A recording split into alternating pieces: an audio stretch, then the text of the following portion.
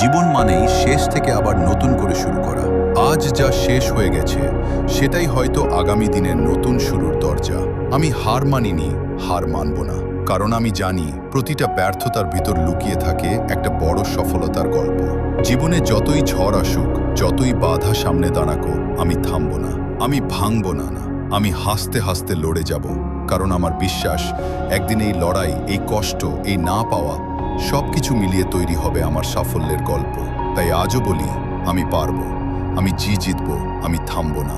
তুমি যদি আজ হেরে যাও, তাহলে মনে রেখো, এটা শেষ না, এটা তোমার নতুন শুরুর প্রথম ধাপ।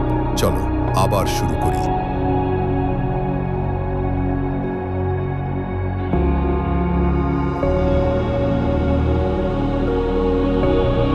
আমি বিপুল বিশ্বাস, আপনারা দেখছেন আমার ইউটিউব চ্যানেল ও ফেসবুক পেজ। আপনারা আমার সাথে থাকার জন্য অসংখ্য ধন্যবাদ।